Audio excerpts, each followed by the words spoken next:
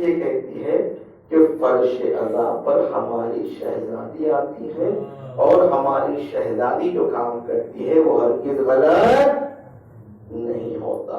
اگر ہم شہزادی سے محبت کرتے ہیں تو ہم ایک لمحے کے لیے بھی باہر کھڑے نہیں رہیں گے.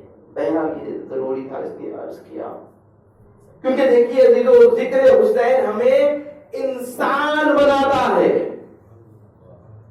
ذکر حسین انسانیت کی درسگاہ ہے، ہمیں انسان بنانا سکھاتا ہے ذکر حسین. اگر یہ 2 مہینے 8 دن میں ہم نے اپنے آپ کو انسان نہیں بنایا تو کبھی انسان نہیں بن سکتے ہم. اسی لیے علماء کہتے ہیں یہ 2 مہینے 8 دن کی حفاظت کرو، اسے دشمنوں کے ہاتھ لگنے نہ دو، بلکہ دشمنوں کو بھی اس ذکر پر بلاؤ، وہ بھی محبت کرتا ہوا نظر آئے گا. اس ذکر کی حفاظت کرو. اسی لیے رسول نے کیا فرمایا؟ ان الحسین مصباح الہدی وسفینۃ النجاۃ. بے شک حسین ہدایت کا چراغ ہے اور کشتی ہے نجات. بس ترجمہ اور آپ کی عبادت کو تمام، کیونکہ نماز کا وقت بھی ہو رہا ہے. عزیزو، ہم نے حدیث بارہا سنی ہے، بس ایک مرتبہ ایک اس جانب ایک اشارے کی طرف اشارہ کرتے ہوئے آگے بڑھوں. چراغ جو ہوتا ہے، چراغ جو ہوتا ہے، چراغ کو کہاں جلایا جاتا ہے؟ کیا یہاں پر چراغ کو جلایا جائے گا؟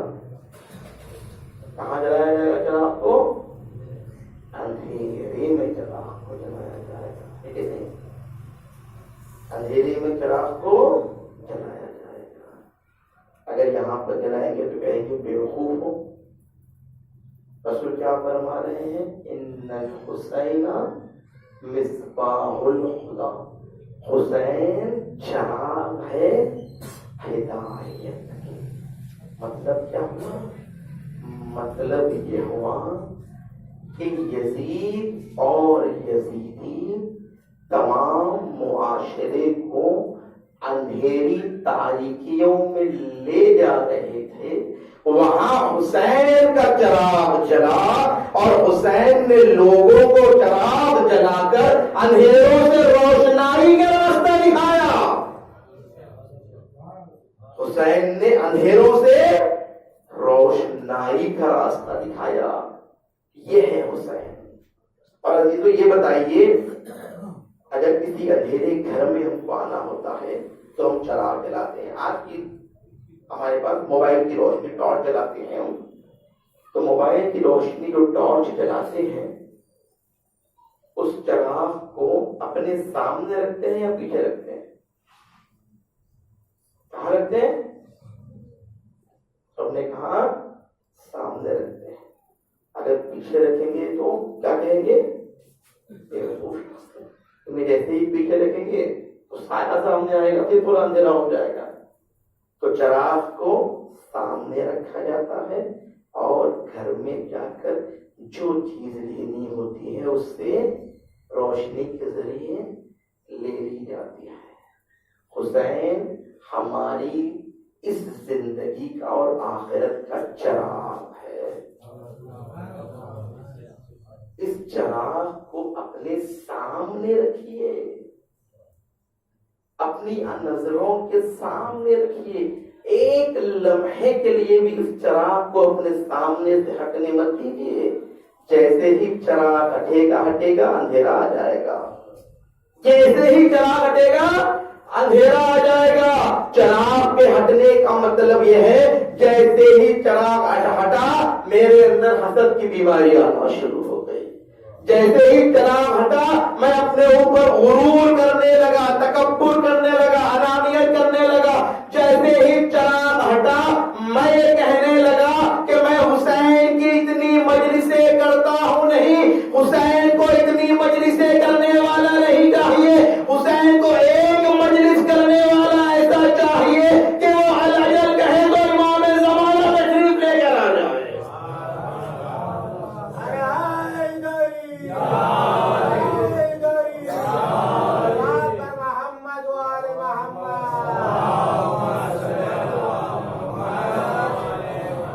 مجلس ایسی ہو جو مجھے اپنے وقت کے امام سے قریب کرتی ہوئی نظر آئے.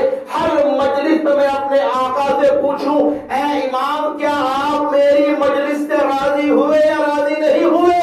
جتنی رضایت طلب کرتے چلے جاؤ گے اتنا درجہ بلند ہوتا چلا جائے گا. تو یہ فرش عذاب پستی میں جانے کی جگہ نہیں ہے، بلندیوں میں جانے کی جگہ ہے. فرشتوں سے اوپر یہ مجلس ہمیں لے کر جا سکتی ہے، فرشتوں کے اوپر یہ مجلس ہمیں لے کر جا سکتی ہے. اس بات کا خیال رہے کہ ہمیں اس فرش سے یہ سیکھنا ہے، اپنی روحانی بیماریوں کو دور کرنا ہے. ہاں زیادہ مسلسل آپ مجالس کر رہے ہیں، یہاں تک کہ اب ان مجالس کو فدا کرنے کا وقت آ گیا. جب چاند رات آئی تھی تو ہمارا دل تڑپ رہا تھا کہ حسین ہمارے گھر میں آ رہے ہیں، زہرا ہمارے گھر میں آئے گی. لیکن دیکھتے دیکھتے یہ ایام اس طرح گزر گئے کہ ذکر حسین میں معلوم ہی نہیں ہوا. اب ہم کو حسین کو فدا کرنا ہے. اس طرح ودا کیجیے جس طرح حسین خوش ہو. ہاں عزادارو، کیونکہ یہ وہ کربلا والے ہیں جو بہت سے غموں کو دے کر جا رہے ہیں. کبھی سکینہ کی یتیمی کا تذکرہ رہا، کبھی حسین کے سر کو نیزے پر بلند کیا گیا، کبھی زینب کو بے پردہ کیا گیا، تیار بدیار پھرایا گیا. ہاں زادارو، کس کس چیزوں کا تذکرہ کیا جائے؟ ہر تذکرے میں ایک مسائل پوشیدہ ہے. بس شمار کرتا ہوا آگے بڑھتا چلا جاؤ. ایک مرتبہ جناب زینب سکینہ کے ساتھ بالا سے گزر رہی ہے. سکینہ نے کہا پھوپھی اماں پیاس لگی ہے. عزادارو تصور کیجیے پھوپھی کتنی مظلوم ہے، پھوپھی کتنی مظلوم ہے. ارے اپنے بھائی کی یتیمہ کو ایک گھونٹ پانی نہیں دے سکتی. خداکم ربکم. ہاں زاداران مظلوم کربلا، ایک مرتبہ ایک خاتون نے آواز سنی اور پانی ایک کوزے میں لے کر آ گئی. کہا اے بی بی لو پانی پی لو، لیکن ہاں یہ پانی پینے کے بعد میرے لیے کچھ دعا کر دینا. ارے سکینہ نے اپنا چہرہ اٹھایا، چہرے کا اٹھانا تھا. اس خاتون نے دیکھا سکینہ کے چہرے سے خون بہ رہا.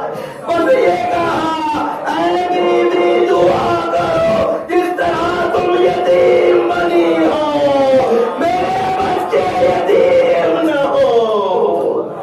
جزاکم ربکم. ہاں زادارو، سکینہ اپنے پھوپھی کے ساتھ بازاروں میں گئی، درباروں میں گئی، یہاں تک کہ ایک مرتبہ ارے سکینہ اپنے بابا کو یاد کرتے کرتے زندان شام میں گریا کرنے لگی. بابا کا سر آیا.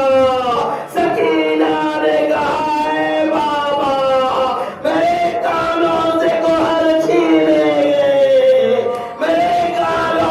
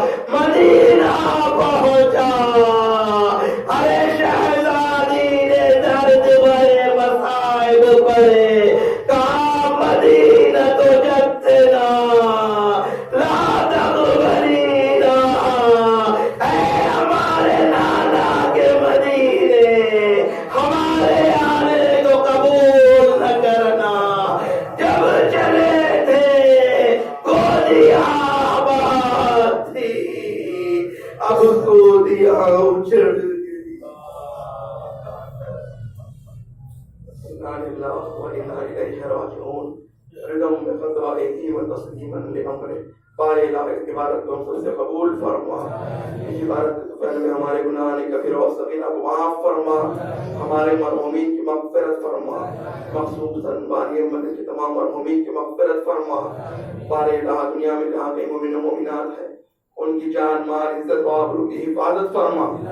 جو پریشان والے پریشانیوں کو دور فرما. جو بے روزگار ہے روزگار سے عطا فرما. جو مقروض ہے قرضوں کی ادائیگی عطا فرما. جو بیمار ہیں ان سب کو شفائے کاملہ اور عاجلہ عنایت فرما. مقامات مقدسہ کی حفاظت فرما. ہم سب کو بار بار حج و زیارات سے مشرف فرما. دشمنان دین و ملت کو نیست و نابود فرما. ہمارے امام کو ہم سے راضی و خوشنود فرما. ہمارے امام کے ظہور میں تعجیل فرما. ہم سب کو امام کے اعوان و انصار و شمار فرما. آپ حضرات سے مان اللہ ایک مرتبہ سورہ حمد اور 3 مرتبہ سورہ اخلاص کی تلاوت فرما کر مرزا مکرم حسین اور اہلیہ جمال النساء بیگم اور مرزا وارث حسین قاسم بھائی اور ان کے خانوادے کے تمام مرحومین کی بشر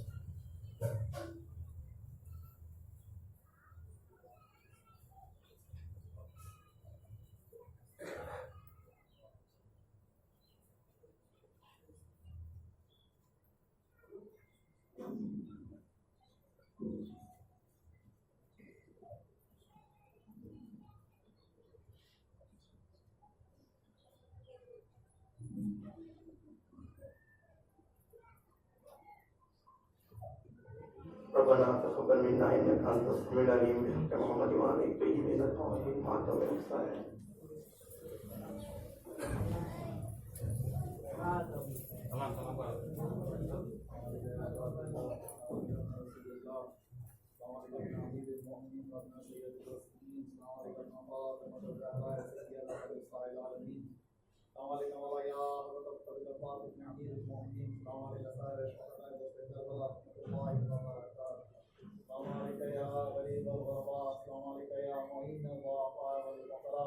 سلطان یا ابوالحسن یا علی بن مصعب رضا السلام علیکم و رحمۃ اللہ وبرکاتہ.